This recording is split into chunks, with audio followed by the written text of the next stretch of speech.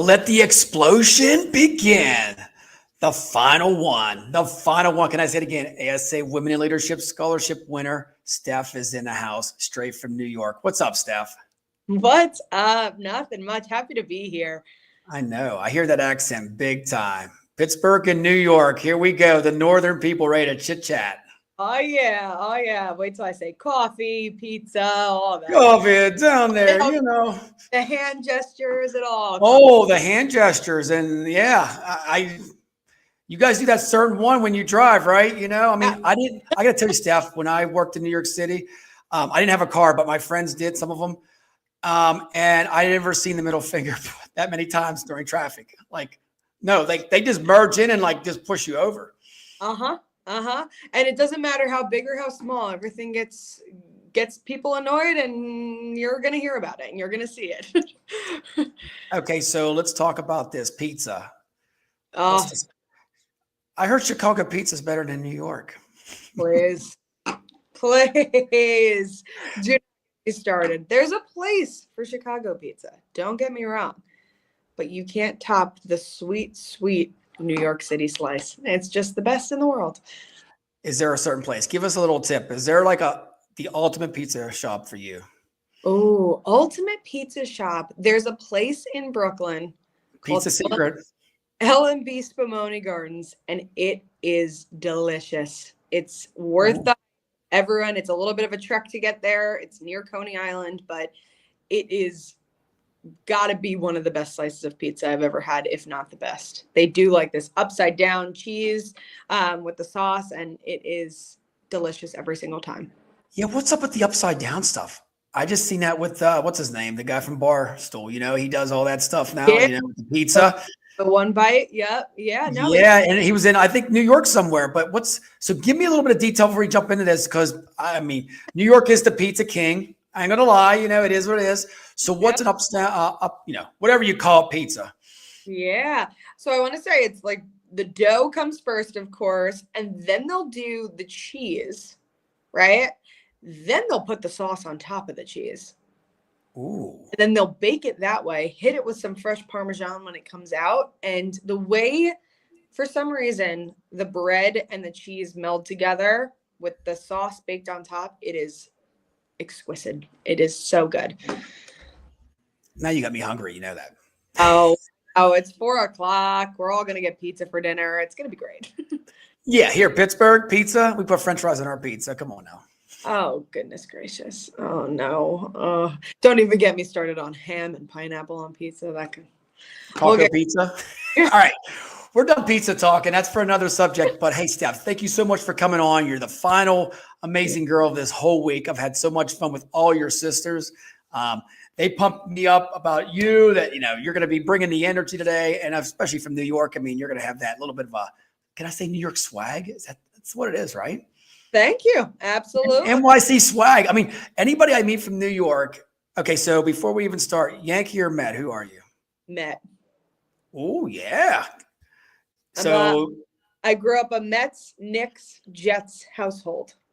So we like to lose, and we stick with our teams. There's no swaying. Okay, so do you know the rumor is, do you watch football? I do watch football. Well, you got our old quarterback, Justin Fields. You know that, from Pittsburgh. I do. And we might be we still waiting for him. I don't know where he's at. Aaron Rodgers. I mean, he's over somewhere. I mean, it is what it is, but he's still waiting. He might show up. So can you imagine the first game of the year that we swap quarterbacks and we play you guys first game of the year? I know. Best of luck if you get Aaron Rodgers. That's all I'll say in terms of him coming your way. But yeah, we'll be watching that first week of the season and first game of the season. Funny enough, my brother is actually going to be working part-time for the Steelers this upcoming season. So he'll be in Pittsburgh. No way. Connect me with him. We'll go out. I mean, I'll show him all the cool places in Pittsburgh. We'll have some Iron City beer. Iron. You got to say iron. And we say Steelers with an I. You know that. We don't put the E in it. It's just Steelers. Oh, he's going to have to get used to that. That'll be an interesting one. Yeah. And you'll have to try the Permane sandwich. It's our sandwich with French fries and coleslaw on it. You know, it's our famous sandwich. Yeah. Oh. See, we Yinzers from Pittsburgh. We got a little bit of swag too, you know? brag yourself. Exactly. The Pittsburgh story. All right, Jeff. So let's deep dive into it and hear your story. You ready for this? So no, and you can say anything you want on this platform. It is what it is, And if I do get canceled, it's your fault. I'm just joking. Okay, so take me back. You went to Towson University, right?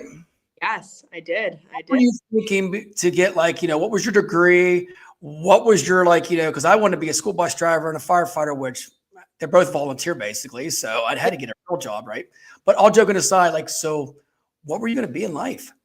Yeah. So I went to school at Towson. I studied. So I was doing public relations and advertising. I was very involved in school. I was involved in a sorority. I was involved in what's called the presidential ambassadors on campus. And I had an internship one semester through the JDRF, the Juvenile Diabetes Research Foundation, doing special events and working through their big annual walk that year. And I walked away from college thinking to myself that I really just wanted to go down a career path or be in a career that's going to help people. And I didn't necessarily know exactly what that was going to look like. At first, I was thinking nonprofit and thinking of going in the nonprofit sector and that space specifically. And then it got to about, I want to say, a month or two post-graduation. I was sending out a whole bunch of applications. I was having some interviews, but nothing was sticking just yet. So I was actually introduced to a recruiter. I'll call her out, Jenny Boutonniere, out on Long Island. Jenny. She brought me in, and I honestly went to her just looking for a temp opportunity. I wanted to know what was out there. I didn't know exactly what it was that I wanted to do, but again, wanted to help people. And a friend referred me in to meet with Jenny. And I sat down with her, and halfway through my interview, she looks at me and goes, "Do you want to be a recruiter?" And I was like, "I don't know what that means, but sure. Tell me more.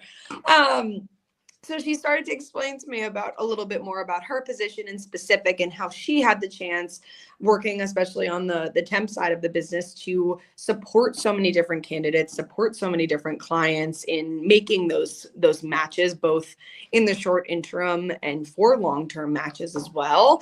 And as she spoke, I just became more and more interested. I remember calling my mom and my dad on the way home after the interview and just being like, "Oh my gosh, whirlwind of information, but I think I'm going to be a recruiter."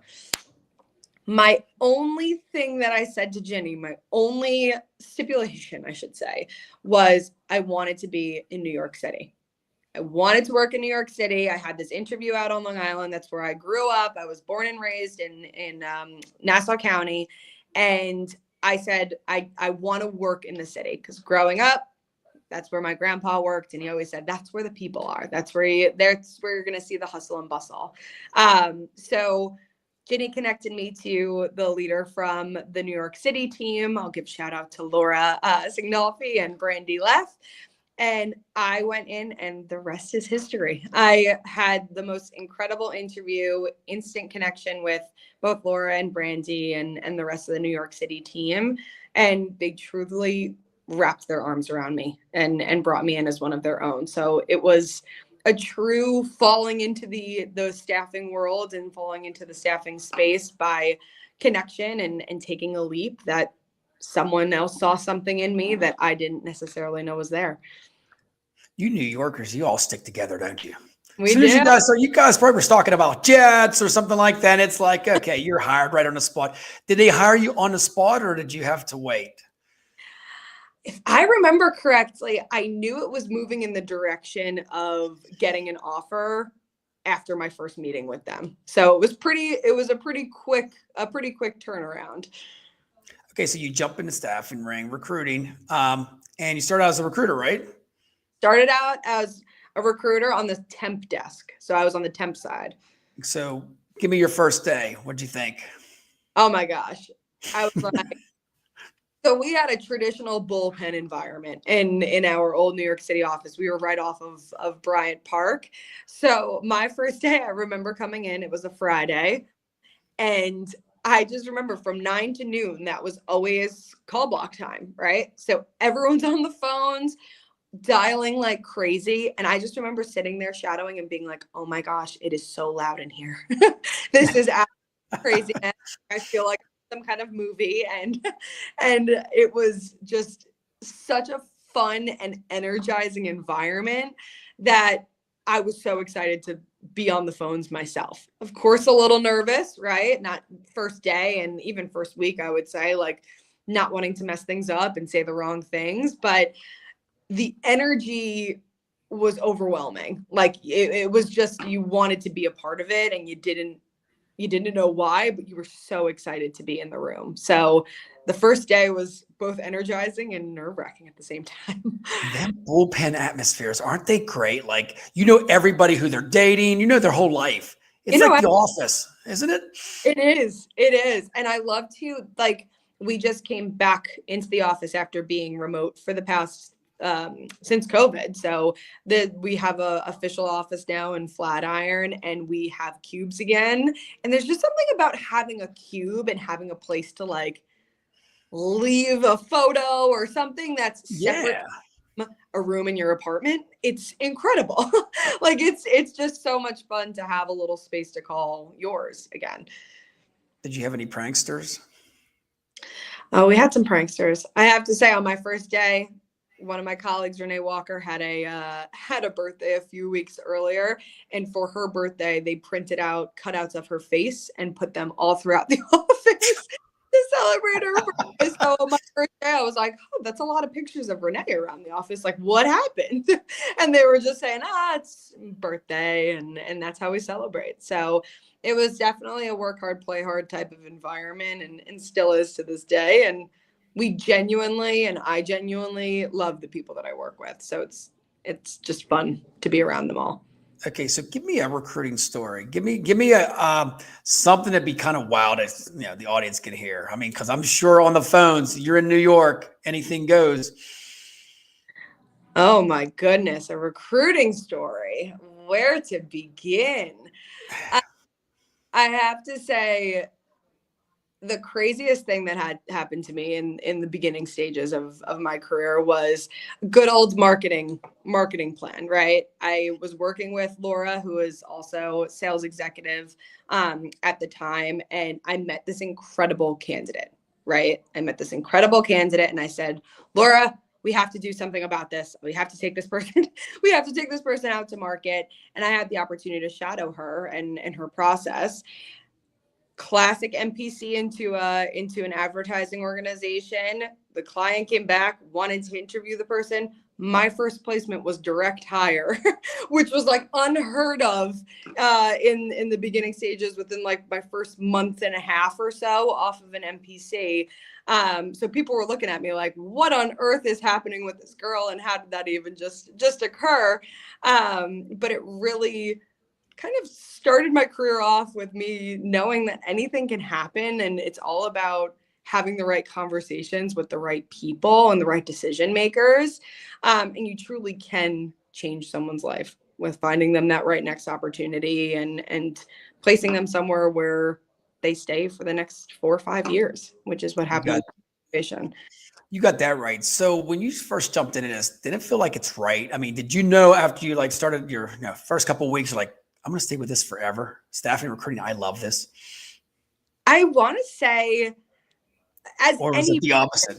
You have a little bit of that self-doubt and a little bit of that, like, okay, working in a very KPI and metrics driven organization, like, especially after my first year hitting into COVID, there were doubts. I wasn't sure if I was going to make it or what the future was going to hold for me necessarily. But I loved recruiting, and I loved the ever-changing pace of working in staffing. So I knew that there was something that I found here, some kind of gold that I've had the chance to strike in terms of the industry.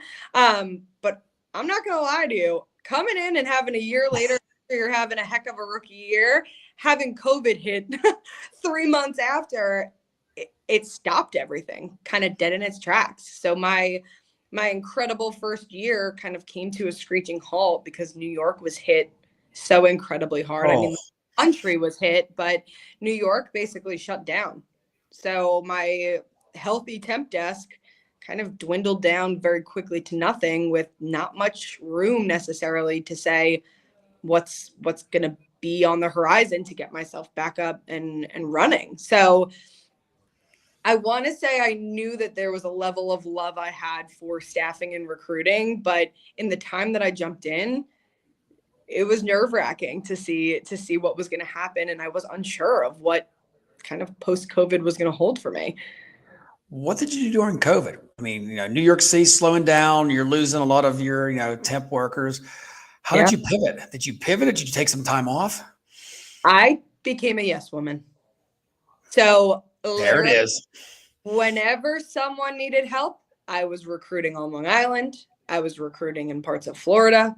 I was recruiting across the country. No matter where, whoever needed the extra support, my leaders were very open to me looking and seeing where I can make an impact, because they knew I was so early in my career and still had so much revenue to build and stuff like that, in an uncertain market. And then I was connected with Anita Dorfler, another shout out, on the enterprise delivery team. So enterprise supports the big name logos and the large clients that we have in the organization. So I was supporting on some of those clients. And after a few months or so, I actually transitioned off the New York City team and onto that enterprise team full time, where I helped build out and kind of create some kind of structure around the healthcare division that they started to build out and the healthcare clients that they were supporting. So it led COVID, albeit very scary and a transitional time. It opened a door for me that I didn't even know was there. That's pretty awesome. What do Yeah. you think? Give me your take on like post COVID. I mean, now it's been years. Do you think we're Yeah. back? Do you think we're back at it, or you think we're just still trying to ride that wave? I think we're back at it. And I think we're starting to see it in both, just the way that hiring is starting to pick back up, I'd say, for this year, especially in the areas I specialize in with human resources, supply chain, and administrative support. And I do think a big portion of our industry in specific is coming back into the office. And I'm starting to see a lot of companies like ours and companies, especially in the New York City market, going back and being in person. So Love it. we're back. We're back to normal, which is I love that. You got to tell me about that because everybody likes that remote. You know, I think it should be hybrid. Maybe take a couple of days, but you need that human connection. Don't you agree? You need that coffee. You need that person throwing a stress ball at you, at 3 o'clock. Yeah, you need to take a walk with a colleague. You need to go get a coffee, or we used to do donut days back back pre-COVID, where it's like you take a walk, you go get a donut. Like if something good happens, you get a donut. If something bad happens, you get a donut. Like it's just, we need people in this business to be able to turn to and say, did you just hear that? Both in a good way and in a bad way, right? We make so many calls. We get told no so many times that to be doing that alone, sitting in your room and with a desk that touches your bed, which is what I was doing there for a little while, Mm-hmm. it's not healthy.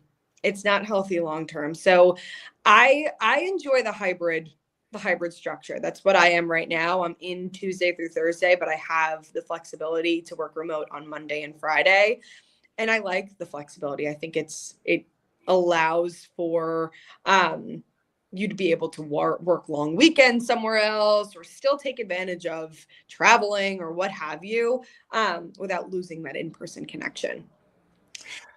So And how long have you been? Go ahead. I'm sorry. Go ahead. let me just tell you too, like we did over the course of the past 3 years, I was on our training team too. We did a lot of onboarding of colleagues in a remote type of capacity, which are now, those folks are starting to gain the in-person interactions with the teams that they work so long with in a remote type of structure, and kind of starting to build their own new culture post-COVID. So I think it's important.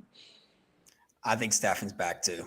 It's Yeah. back. There's candidates, there's clients. You just got to go. You got to actually work a little bit harder now. You just can't put a post on Indeed and expect a million people to sign up for it. And you have to actually, so much with the AI and everything like that now. I think if you're a good recruiter, you're not going to lose your job, but you got to embrace the change. Absolutely. Absolutely. And you need to make, and AI is never going to replace us. You need to make AI work for you. Yes, make it work. I got to tell you real quick. I have 5 people work with me right now, AI agents for the Shark. They're my Sharkettes, you know. I mean, I put stuff in AI agents, and boom, they shoot out stuff for content, sourcing, all that stuff. I think our industry is not ready. You know, they keep saying they're ready for it, but a lot of people that's not embracing it. You know, that looking at the resume, human touch. You can't look at 1,000 resumes in a day. Come on, you know. No. And if you are, you're doing your job slower than other people. And you're gonna miss out to the competition. So yes, absolutely. If you're not taking full advantage of ChatGPT, Copilot, Gemini, whatever it is that's out there, it's important to start integrating it into the process. But don't integrate it so much that you lose that human connection, because that's what people need. Yes, if you get on LinkedIn and you put an article out there, check it for, because I can tell if it's ChatGPT or not, because most of the time you can see the things they put in there for ChatGPT. Yep. Proofread it and put a couple of your words in there too. Yeah. Come on now. Don't blindly copy and paste. give a little your perspective. Absolutely. You got it. Okay, so what made you sign up for this? Try to get in the running for this scholarship. I mean, did you nominate yourself, or do you have a team member? So my previous boss, back on the training team, Sean Campbell, he sent it out to our entire team. And I was on vacation actually the day that it came through in my inbox.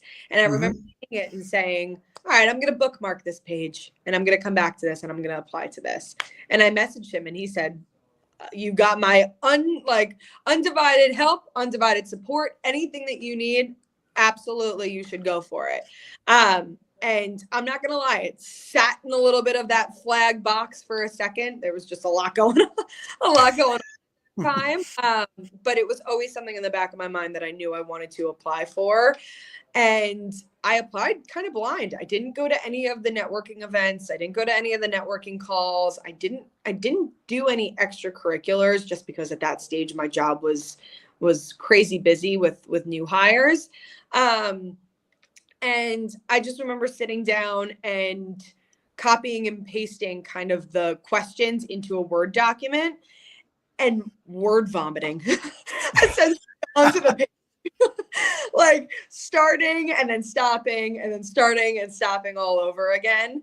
The application came out at a point where I was entering my 3rd year being on the training team, and my 5th year being in the organization as a whole. So I was at that point where I was looking for, I had the internal motivation and I had the internal validation of what it is that I was doing was good. And I was really making an impact on the company just by how many doors had been like open for me, and the work that I was doing was being recognized.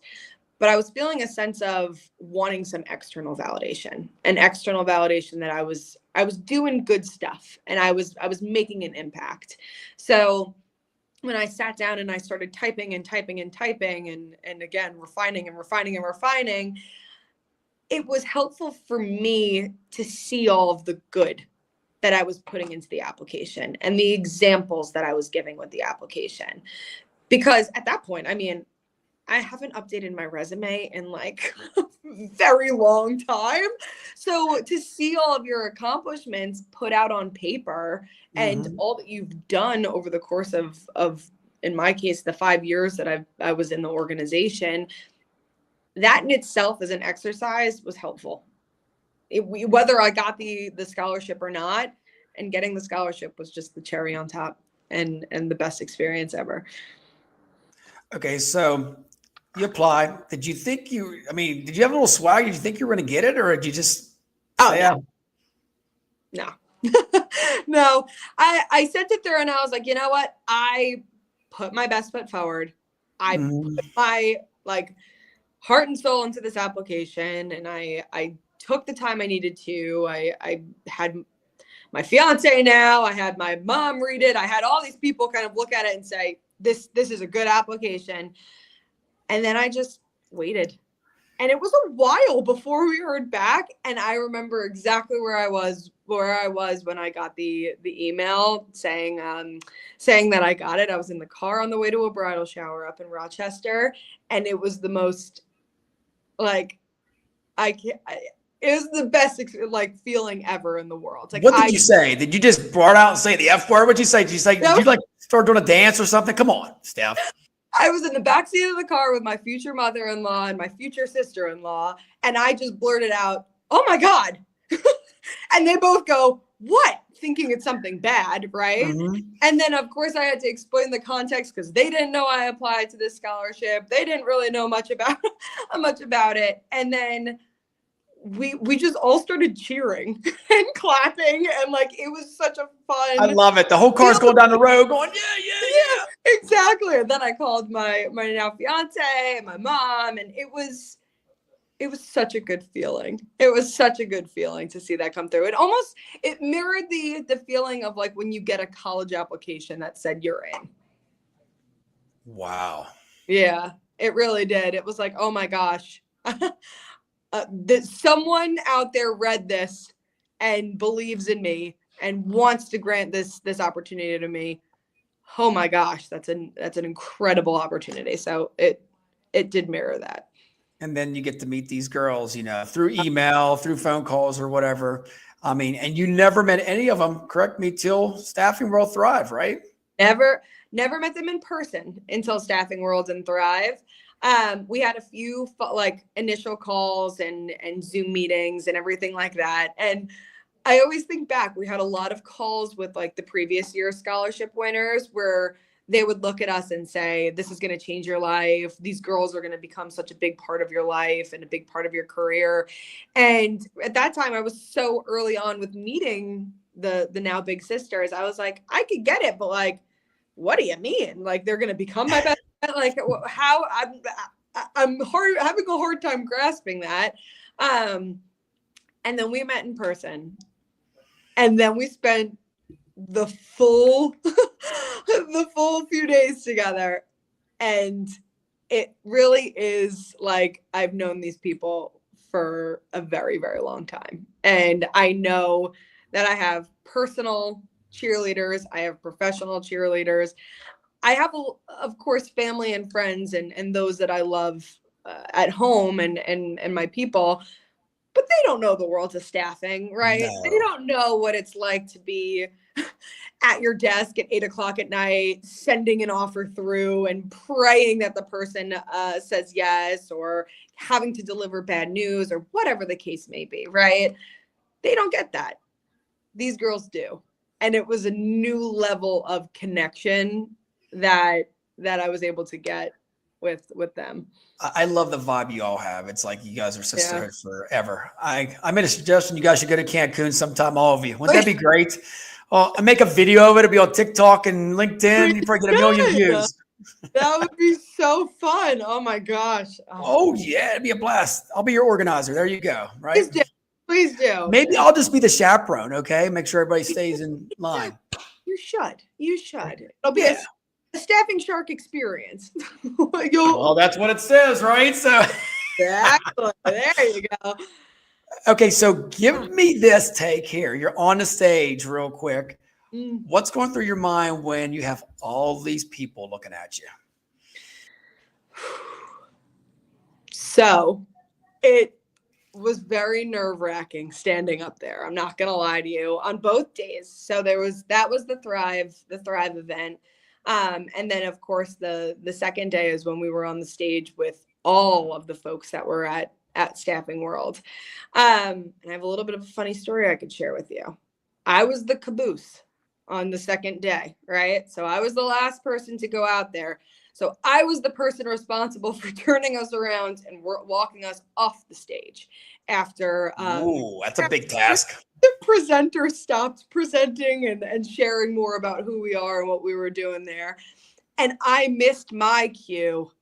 So no way. Come on.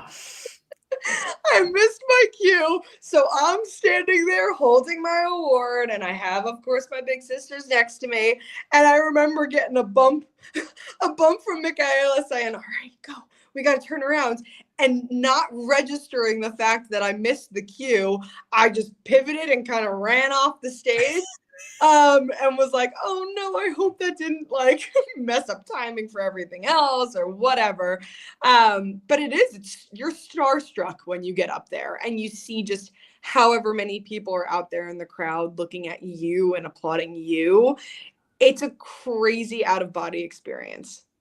Crazy out of body experience. And I have a very special place in my heart for Joyce Russell for the Adecco US Foundation, and she was front row. So to see her face out there in the crowd too, it was just a great experience.